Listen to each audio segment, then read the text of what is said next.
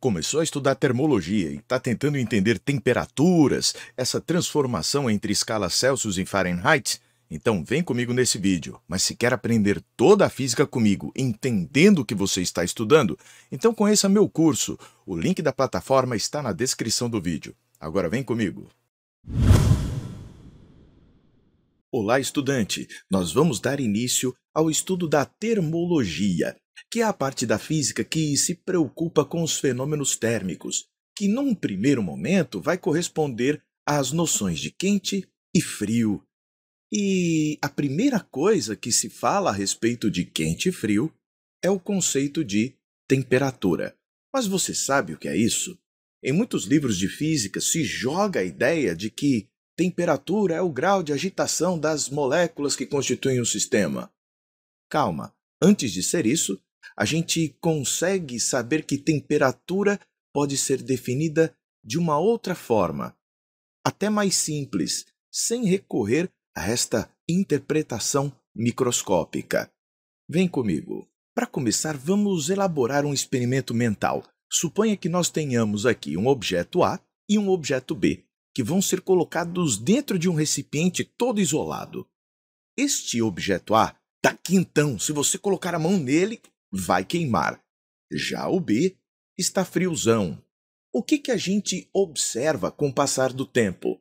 Bem, por conta da presença do quentão junto do friozão ali dentro, a gente vai ver que o A vai deixando de ficar tão quente, enquanto que o B vai deixando de ficar tão frio.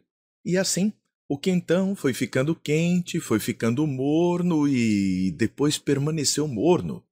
Enquanto que o B, que estava friozão, foi ficando frio e depois acabou ficando morno e permaneceu morno. Como assim?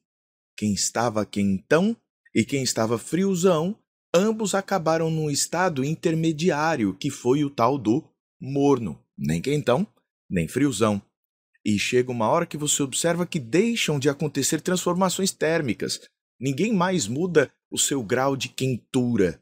A gente diz que é aí que foi atingido um estado para este sistema, que é o estado de equilíbrio térmico, quando não irá mais acontecer transformação térmica.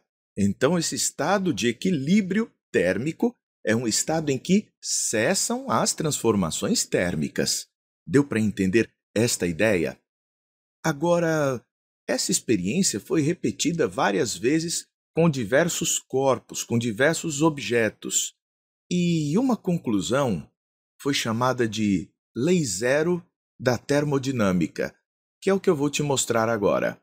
Pegaram um objeto A e colocaram junto de um objeto C e viram que não aconteciam transformações térmicas, ou seja, verificaram que esses dois estão em equilíbrio térmico entre si. Depois, puxaram o bloco B, certo? E viram que também estava em equilíbrio térmico com esse C.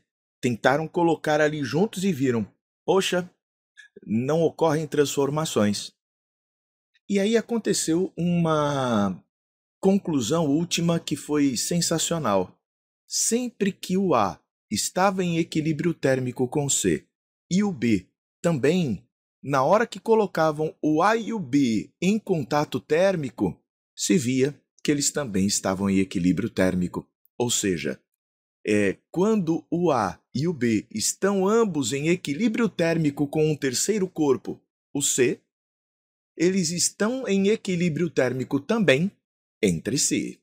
E como eu disse, se o A está em equilíbrio térmico com o C e o B também está em equilíbrio térmico com C, verifica-se que necessariamente o A e o B estão em equilíbrio térmico entre si. Então, colocando esses dois juntos, eles não vão sofrer transformações térmicas. E foi assim que se pôde, pela primeira vez, cientificamente, definir a temperatura. A gente diz que temperatura é a propriedade física que dois corpos que estão em equilíbrio térmico têm em mesmo valor. E por meio dessa definição, se pôde arrumar uma forma de medir essa tal desta propriedade temperatura. Mas não foi uma medida direta, foi algo feito indiretamente. Agora veja o quão conveniente foi essa definição de temperatura. Se o A e o C estão em equilíbrio térmico entre si, a temperatura de A é igual à de C. Se o B e o C estão em equilíbrio térmico entre si, a temperatura de B é igual à de C. Mas a matemática me diz que se TA é igual a TC e também TB é igual a TC, então a gente conclui que TA necessariamente é igual a TB. Mas essa definição de temperatura só pôde acontecer por conta dessa lei zero da termodinâmica. Mas cuidado, ela parece tão óbvia, mas nem é tanto assim. Vou te dar um exemplo na química que, pode fazer o seu cérebro dar uma fundida. Por exemplo, se você pegar um ácido e colocar na água, não vai observar nada de impactante. Você vai colocar ali o ácido na água, tudo bem. Se você colocar uma base junto da água, também não vai ver muita coisa acontecendo ali. Tá lá, fez a mistura. Mas se você misturar o ácido com a base, apesar de o ácido com a água não reagir, nem a base com a água também acontecer reação alguma, na hora que eu coloco o ácido e a base juntos, eles reagem, formando sal e água. Então, essa história de que se o A e o C nada acontece, B e C nada acontece, então A e B nada deve acontecer, isso é óbvio. Não é tão óbvio assim como pareceria anteriormente. Pelo fato de a temperatura ser definida dessa forma tão abstrata, das transformações térmicas, a gente tem essa dificuldade de fazer uma medida. Bom, mas a gente pode verificar mudanças de temperatura indiretamente, por meio de alguma propriedade do objeto que varie junto da mudança de temperatura. Muitos metais variam visivelmente de tamanho quando varia a temperatura deles. É o que acontece, por exemplo, com o mercúrio. O mercúrio, para pequenas mudanças de temperatura, sofre grandes mudanças no seu volume. E com isso nós conseguimos saber, por meio da visão que a gente tem dessa variação do volume do mercúrio, que aconteceu variação da temperatura desse mercúrio. Você pode, aqui neste exemplo, utilizar o comprimento L da barra de metal como grandeza para medir a temperatura. A grandeza que a gente utiliza para observar as mudanças de temperatura é chamada grandeza termométrica, ou seja, que nos permite medir, ter uma métrica dessa propriedade da termologia, a temperatura. É também bem corriqueiro a gente utilizar esse termômetro que possui uma coluna de mercúrio que é até bem difícil de ver. Eu vou dar uma ressaltada nela aqui, olha, essa coluna de mercúrio que aqui a gente tem está chegando aqui aproximadamente a 39. Se você tivesse dado um zoom, você veria como eu vejo daqui. Então você consegue saber a temperatura baseado no comprimento dessa coluna de mercúrio. Mas há também atualmente termômetros que utilizam propriedades eletrônicas para conseguir fazer a medida da temperatura. Esses termômetros vão medir uma propriedade chamada resistividade elétrica de um material. Mas aí é um papo para um outro momento. A gente também pode encontrar o chamado termômetro de gás, onde aqui dentro deste tubo existe um gás que vai ser mantido aqui a volume constante. Quando ocorre um aumento da temperatura do gás, a pressão desse gás aumenta e empurra um sisteminha de alavancas aqui dentro que vai verificar o aumento da temperatura. Então, a gente acaba medindo a temperatura por meio da medição da pressão, que vai variando com a tal da temperatura. Outra forma de medir a temperatura é por meio das ondas eletromagnéticas que nós emitimos. Todo objeto emite ondas eletromagnéticas de determinada frequência. Muitas pessoas acham que esse equipamento joga um raio na pessoa. Não, é a pessoa que está jogando raios, ondas eletromagnéticas no aparelho, e por meio da análise dessas ondas é que se sabe a temperatura do paciente. Certo? Mas eu vi um que tinha uma mira laser. Era só uma mira laser que aparecia aquele pontinho vermelho. mas é só uma mira mesmo, igual quando você tem um atirador que utiliza aquela pontinha vermelha do laser para saber onde é que está atirando. Pois é, não passa disso.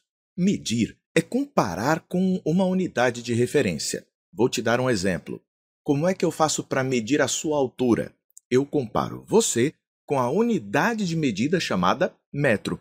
Quando eu vou medir a minha altura, eu encontro que dá 1 metro mais 81 centímetros, ou 1,81 metros. Ah, certo! Então eu estou comparando com esse padrão chamado metro. A mesma coisa eu faço quando vou medir massa. Se eu quero medir a massa, eu comparo com uma unidade chamada quilograma.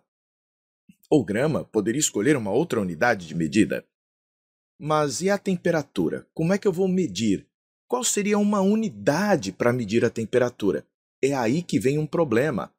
A gente não tem como definir uma unidade, porque qual seria a menor temperatura que existe? Né? Não existe um mínimo nem um máximo, de acordo com este princípio de que a temperatura é aquela propriedade que dois corpos em equilíbrio térmico têm de igual valor.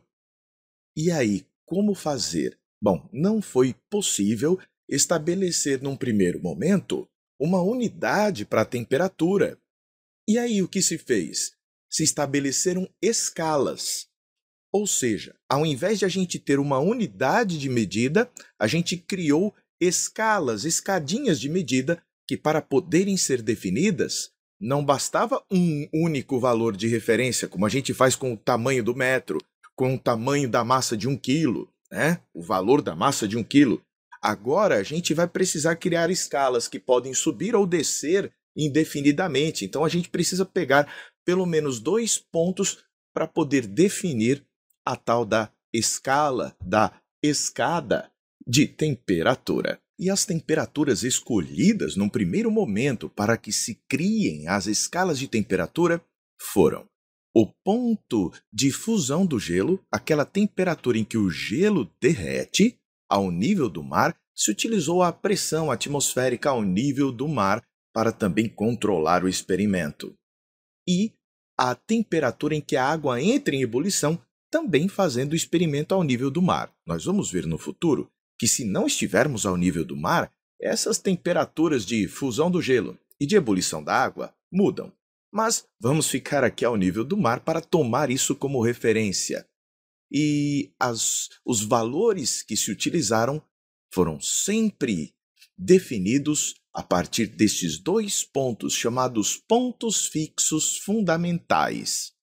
Depois se fez outra forma de definir a temperatura e de estabelecer valores de referência por meio do ponto triplo ou tríplice da água. Mas aí é um papo para o futuro. E as pessoas que criavam as escalas termométricas davam sempre um valor para a temperatura de gelo e um outro valor para a temperatura de ebulição, que é comumente chamada temperatura de vapor neste caso. Agora eu preciso deixar algo claro para você. O termômetro não mede a sua temperatura ou a temperatura da coisa. Ele mede a temperatura dele. E é por isso que quando você for fazer uma medida de temperatura, você precisa pegar o termômetro, colocar aqui na sua axila e esperar para que seja atingido o equilíbrio térmico entre o termômetro e você. Aí você e o termômetro estarão com a mesma temperatura. E como o termômetro mede a temperatura dele, quando a dele for igual à sua, bom, você vai saber não só a temperatura dele, como a sua também. Então, saiba disso. Ele mede a temperatura dele. Para que ele meça a nossa, precisamos colocar aqui juntinho de nós para que ele atinja a nossa temperatura. Sabendo disso, quando nós vamos calibrar um termômetro, criar uma escala de temperatura, a gente coloca o termômetro aqui na mistura bifásica de gelo e água, né? O gelo está derretendo, e a gente marca o ponto de gelo e vai dar um valor para a temperatura aí.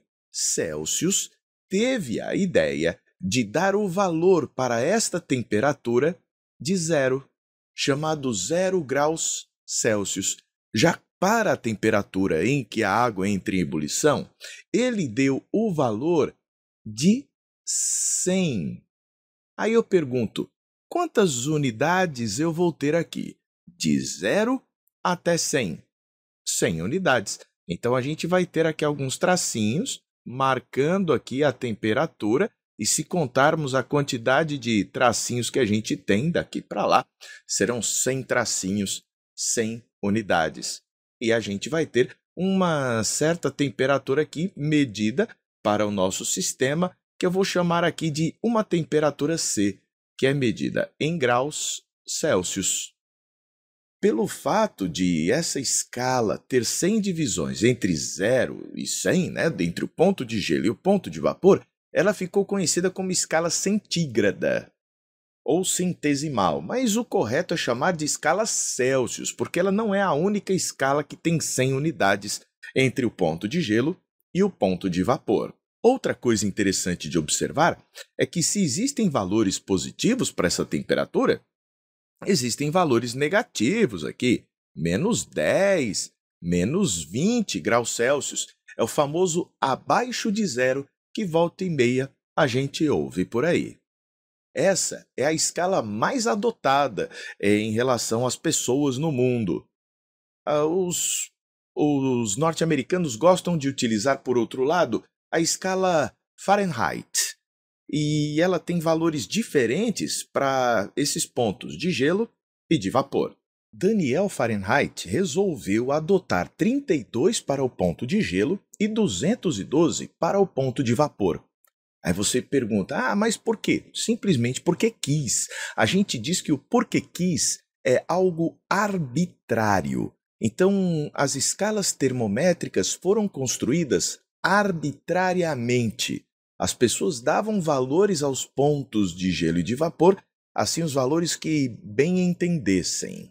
Agora, uma coisa chata de fazer é a conversão entre os valores nas escalas Celsius e Fahrenheit, porque às vezes você vai viajar para os Estados Unidos, que é onde se usa basicamente o Fahrenheit, e você não sabe se aquela temperatura está quente ou está frio. Então, a gente precisa de uma estratégia para fazer essa transformação. E essa estratégia tem a ver com proporcionalidade. E para começar, eu preciso que você note quantos tracinhos existem do ponto de gelo ao ponto de vapor na escala Celsius e do ponto de gelo ao ponto de vapor na escala Fahrenheit. Bem, de 0 até 100, a gente conta aqui 100 tracinhos.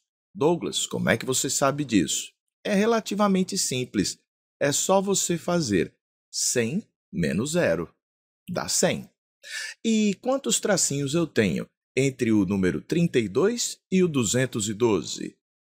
Também é relativamente simples. A gente conta a quantidade de tracinhos subtraindo 212 menos 32. Isso nos vai dar 180. Então, nós temos 180 tracinhos aqui. Bom, você vê então que o tracinho aqui na Fahrenheit é menor, é mais curtinho. Por quê? Porque a gente tem uma quantidade maior no mesmo espaço, enquanto aqui nesse espaço a gente tem 100, no Fahrenheit a gente tem 180. E quantos tracinhos eu teria aqui, do 0 até o C? Bem, a gente usa a mesma estratégia. De 0 até C, eu tenho C menos 0. Sempre você faz o de cima menos o de baixo para contar quantos tracinhos tem. C menos 0 dá C. E de 32 até F, quantos tracinhos eu tenho? Façamos a subtração. Aqui F menos 32. Certo. E agora? A gente diz que existe uma proporcionalidade entre as quantidades de tracinho. Se eu tenho mais tracinhos aqui nesse intervalo grande da Fahrenheit do que aqui no Celsius, eu também vou ter mais tracinhos aqui nesse intervalo da Fahrenheit do que aqui no Celsius. E existe uma proporção entre esses intervalos. eu posso chamar esse intervalo daqui para cá de intervalo A, entre o zero e a temperatura que a gente está medindo, e podemos chamar de intervalo B aqui, entre o zero e o ponto de vapor, ou melhor, entre o ponto de gelo e o ponto de vapor. Posso chamar isso daqui de B. A gente diz, então, que o A está para o B, né? Esse tamanho está para este tamanho, assim como C está para 100. C está para 100.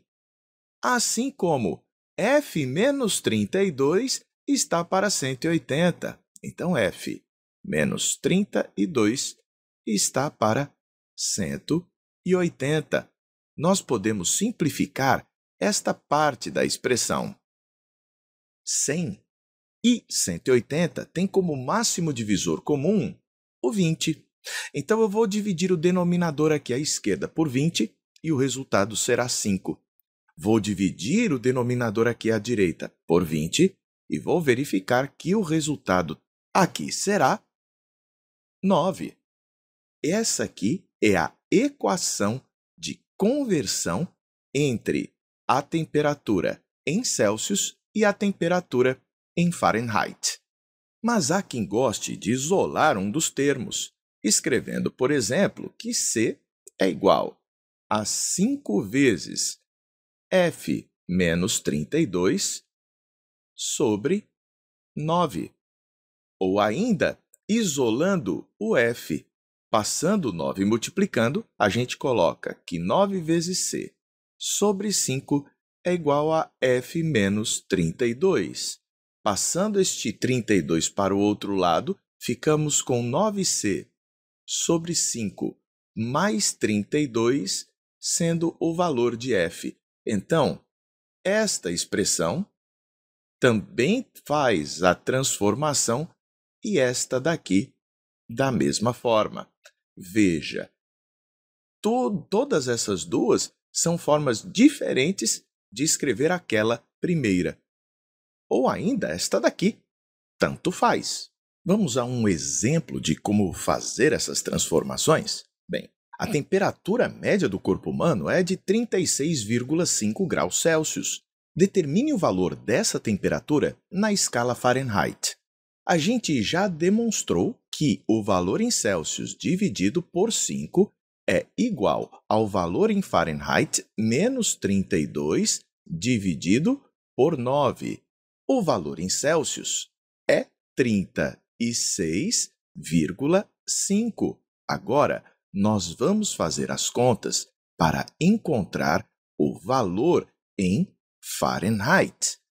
Uma coisa que você pode fazer é o produto em x. A gente pode escrever, então, que 5 vezes o F menos 32, não se esqueça de colocar aqui os parênteses, vai ser igual a 9 vezes os 36,5. E isso daqui vai dar 328,5. Aqui do outro lado, vamos usar a distributiva. Faremos 5F menos 5 vezes 32. Agora, nós vamos colocar 5F menos 5 vezes 32. Dá para a gente o valor de 160, que agora, como aqui está negativo, vai passar para o outro lado positivo. E somando 160 com os 328,5, nós encontramos 488,5, somando estes 160 aos 328,5. Então, 5F vale isto. Dividindo por 5, a gente vai ver que o F é 488,5 dividido por 5, o que nos dá o valor de 97,7 graus Fahrenheit. Então, se você estiver nos Estados Unidos e quiser saber a temperatura de referência no termômetro para saber se está bom ou se está ruim, a sua temperatura de referência para o corpo humano é 97,7 graus Fahrenheit. Neste exemplo, se faz a seguinte pergunta. Dois termômetros, um está graduado em Celsius e o outro em Fahrenheit, fornecem a mesma leitura. Como assim? Vão fornecer o mesmo valor X para a temperatura de um gás. Como assim? Você vai medir a temperatura na escala Celsius e na Fahrenheit e encontra o mesmo valor. Suponha que nós tenhamos aqui um termômetro. E este termômetro tem de um lado a graduação em Fahrenheit e do outro a graduação em Celsius. É comum isso acontecer.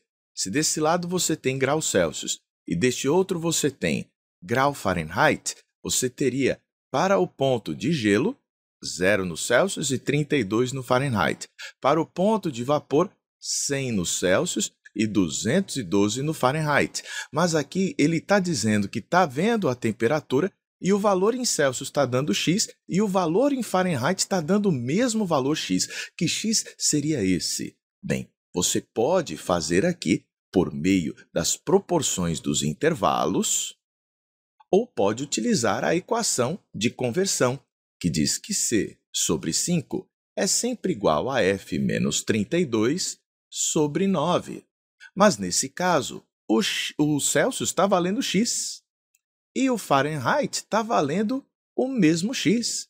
A pergunta é, que X é este? Fazendo aqui o produto em X, vamos dizer que 9 vezes X vai ser igual a 5 vezes X menos 32. 9x será, portanto, igual a 5x menos 5 vezes 32. Passando esse 5x para lá, 9 menos 5 são 4. E 5 vezes 32 são 160.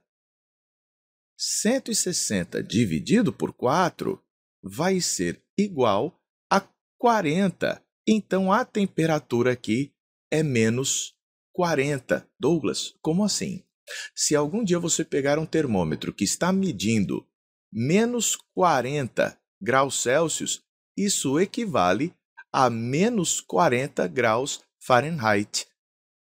Bem, Douglas, mas não ficou entre o 0 e 100, ficou aqui embaixo. Não tem problema, a solução ainda assim é válida. Então, qual é a única temperatura em que a Celsius e a Fahrenheit vão dar o mesmo valor X? A temperatura de menos 40 graus. Agora vamos verificar se você está pronto, se você está pronta para criar você mesmo uma escala de transformação, ou melhor, uma equação de transformação entre as escalas.